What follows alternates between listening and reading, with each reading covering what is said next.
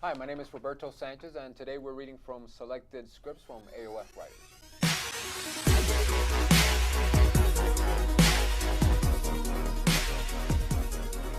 Exterior, Singing Beach, Manchester, day. A line of heavy traffic moves around the Rotary at the north end of Beach Street. Tourists stop to get a peek at the Snake Man's mansion sitting high atop a massive rock plateau that juts out into the Atlantic at the far end of the beach. A sign on the Rotary reads, Singing Beach, residents only, no stopping, please take notice. Interior, James's study, beach mansion, day. Scotch in hand, James stares out at the Atlantic through the alcove bay window in his second floor study. He does not move, just stares, lost in thought, listens to the ocean waves crashing against the rocks below him, smells the salt air. A fishing boat chugs by, then a sailboat. Behind him, his study boasts solid oak bookcases, a gun rack with a Remington 280 hunting rifle he used on his first trip to Africa, and terrariums loaded with rare species of turtles and poisonous frogs and lizards, and of course, snakes. A huge wooden desk faces a long leather couch in the middle of the room next to a liquor cabinet. On the desk is the pamphlet, The Myth of Dark Continent, and his journal. A gust of wind blows in and through the alcove window, sending the sheer white curtains billowing and the pages of his journal turning. Maps, sketches of snakes, and people who strangely look like snakes, along with written entries, whip by until the wind subsides, leaving his journal open to an entry a week old. Yesterday it burned like hell. Straight venom. Am I crazy?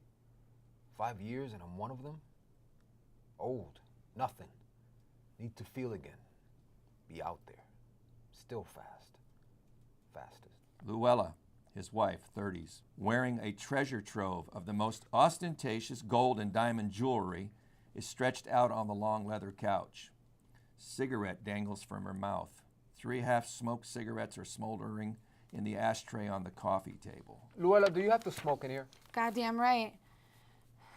Maybe if I'm lucky, I'll kill one of your pet frogs.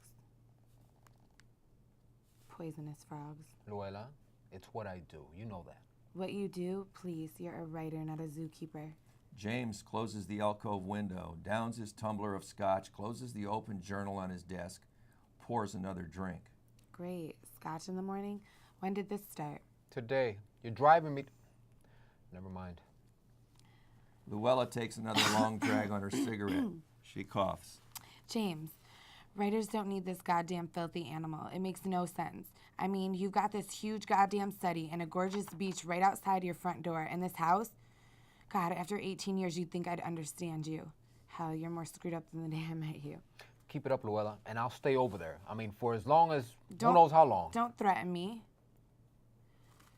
Look, I know you could care less about your wife, but what about your kid? And what if you get hurt over there? Then what? You expect me to take care of the little darling? Oh, stop it. The royalties come in every month. You know that. Screw the royalties.